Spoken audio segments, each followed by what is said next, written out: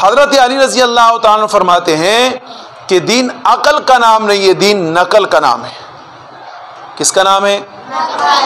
نقل کا نام ہے، عقل کا نام نہیں ہے۔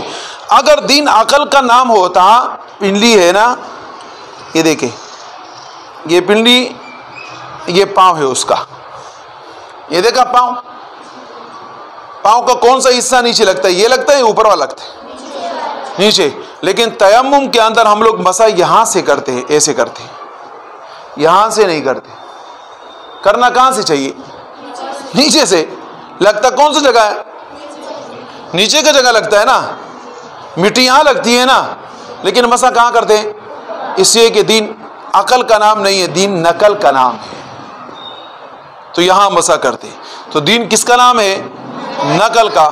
کہ جتنا بھی آپ قرآن کریم پڑھتے ہو ایسا ہی اللہ رب العزت نے نازل فرمایا، اور اللہ رب العزت کے پاس ایسا ہی الف لام سے لے کے الحمد سے لے کے والناس تک لوح محفوظ کے اندر محفوظ ہے۔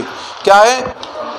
محفوظ۔ یہ کسی انسان کا بنایا ہوا نہیں ہے، کسی انسان کا، اللہ پاک کا کلام ہے۔ صحیح ہے۔